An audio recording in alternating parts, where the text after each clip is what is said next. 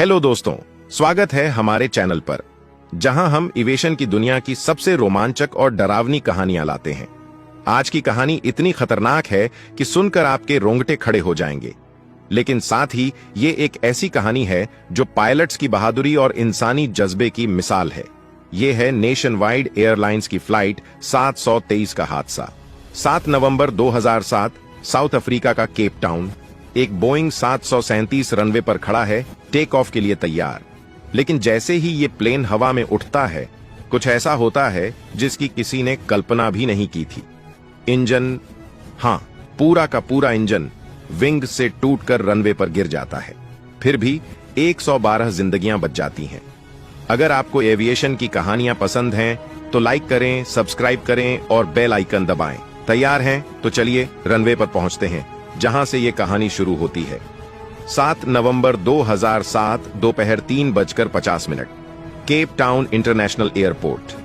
Runway 1 पर nation wide airlines की flight 723 तैयार है। ये एक बोइंग 737-200 है जो जोहानिसबर्ग के OR टैम्बो इंटरनेशनल एयरपोर्ट के लिए उड़ान भरने वाली है। प्लेन में 106 पैसेंजर्स और 6 क्रू मेंबर्स हैं, यानी कुल 112 लोग। मौसम साफ है, हल्की हवा चल रही है। कॉकपिट में सब कुछ नॉर्मल लग रहा है। कॉकपिट में है कैप्टन ट्रेवर आर्नोल्ड, 50 साल के, जिनके पास 13,860 घंटे की फ्लाइंग एक्सपीरियंस है। वो 1997 से नेशन वाइड के लिए उड़ रहे हैं और बोइंग 737 पर उनके 3,277 घंटे हैं। उनके साथ हैं फर्स्ट ऑफिसर डैनियल पेरी, 25 साल के, जिनके पास 1007 घंटे का अनुभव है, जिसमें 278 घंटे 737 पर। आज डैनियल पायलट फ्लाइंग हैं, यानी प्लेन के कंट्रोल्स उनके हाथ में हैं। प्लेन टैक्सीवे से निकलकर रनवे 1 पर पहुंच चुका है। इंजन्स की गर्जना शुरू होती है। प्लेन ने स्पीड पकड़ना शुरू किया। टायरों की आवाज, पैसेंजर्स की हल्की फुल्की बातचीत और कॉकपिट में चेकलिस्ट की आवाजें। हर कोई बेसब्री से जोहानिसबर्ग पहुंचने का इंतजार कर रहा है, लेकिन कोई नहीं जानता कि अगले कुछ सेकंड में क्या होने वाला है। प्लेन ने रोटेशन स्पीड यानी V1 क्रॉस कर लिया है। नोज व्हील हवा में है। तभी बैंग, एक जोरदार धमाका। कॉकपिट में अलार्म्स बजने लगते हैं। पैसेंजर्स की सीट्स हिलने लगती हैं। दाहिनी तरफ की खिड़कियों से कुछ लोग देखते हैं। राइट इंजन गायब। जी हां, बोइंग 737 का राइट इंजन नंबर 2 पूरा का पूरा विंग से टूटकर रनवे पर गिर गया है। कैप्टन ट्रेवर को तुरंत पता चलता है कि प्लेन दाहिनी तरफ झुक रहा है। इंजन नंबर 2 से अचानक ज्यादा थ्रस्ट मिल रहा था और फिर वो गायब। वजह, इंजन को विंग से जोड़ने वाला ऑफ्ट कोन बोल्ट टूट गया। ये बोल्ट इतना कमजोर हो चुका था कि टेक ऑफ के प्रेशर को झेल नहीं सका। इंजन लूज हो गया और रनवे पर जा गिरा। प्लेन अभी हवा में सिर्फ 50 मीटर की ऊंचाई पर है। रनवे पर मलबा बिखर गया है। ग्राउंड क्रू हैरान है। एक पैसेंजर ब्रैंडन पेल्सर बाद में बताते हैं, मैं राइट साइड की खिड़की पर था। अचानक एक धमाका हुआ, जैसे कोई बड़ा बम फटा हो। मैंने बाहर देखा तो इंजन गायब था, सिर्फ धुआं और मलबा दिख रहा था। मेरे दिल की धड़कन रुक सी गई। एयर ट्रैफिक कंट्रोल ATC को तुरंत इमरजेंसी की सूचना दी जाती है, लेकिन अब रिजेक्ट टेक ऑफ का ऑप्शन नहीं है। प्लेन को हवा में ही रखना होगा, वो भी सिर्फ एक इंजन के साथ। इस पल में पायलट्स की ट्रेनिंग और अनुभव टेस्ट होने वाला है। एक इंजन के साथ प्लेन को स्टेबलाइज करना, वो भी इतनी कम ऊंचाई पर, कोई आसान काम नहीं है। लेकिन कैप्टन ट्रेवर और डैनियल शांत रहते हैं। वो जानते हैं कि अब हर सेकंड मायने रखता है। डैनियल प्लेन को 3000 फीट की ऊंचाई पर ले जाते हैं। प्लेन लेफ्ट की ओर झुक रहा है क्योंकि राइट इंजन की पावर चली गई है। कैप्टन ट्रेवर चेकलिस्ट फॉलो करते हैं। वो फ्यूल लीक को मैनेज करने की कोशिश करते हैं, लेकिन पता चलता है कि ब्रेक्स भी काम नहीं कर रहे।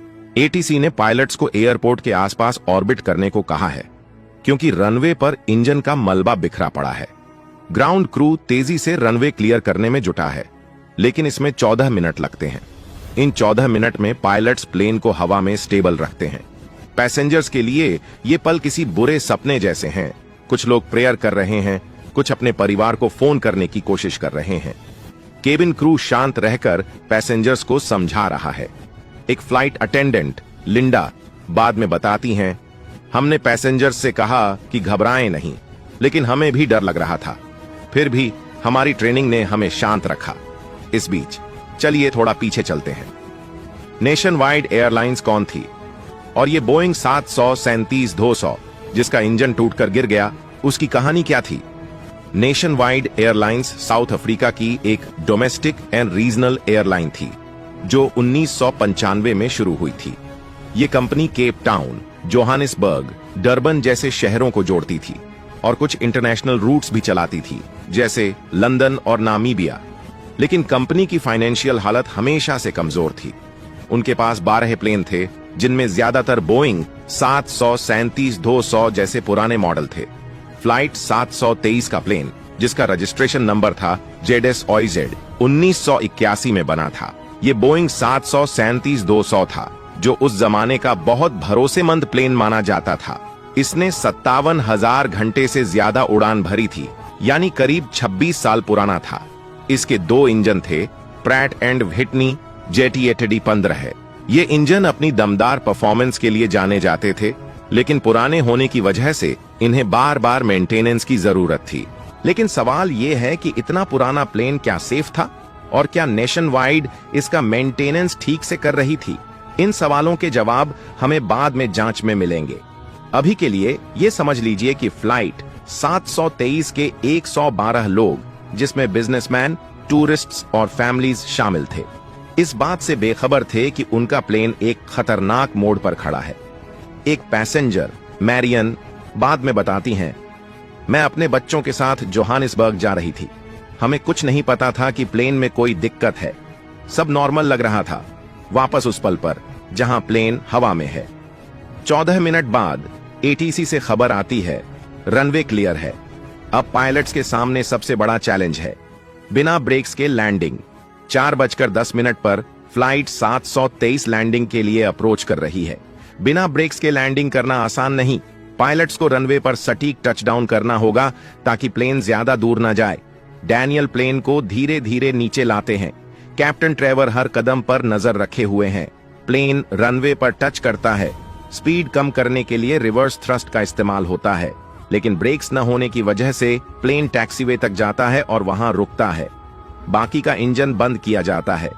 पैसेंजर्स से कहा जाता है कि अपनी सीट्स पर रहें। ब्रैंडन बताते हैं, जब प्लेन रुका तो सन्नाटा छा गया। फिर अचानक तालियां बजने लगीं। हम सब पायलट्स को थैंक यू बोल रहे थे। एयरपोर्ट पर इमरजेंसी सर्विसेज तैयार थीं, लेकिन उनकी जरूरत नहीं पड़ी। स्टेयर ट्रक आया और सभी 112 लोग सेफली बाहर निकले। कोई इमरजेंसी स्लाइड की जरूरत नहीं पड़ी। 4:58 पर एयरपोर्ट फिर से ऑपरेशनल हो गया।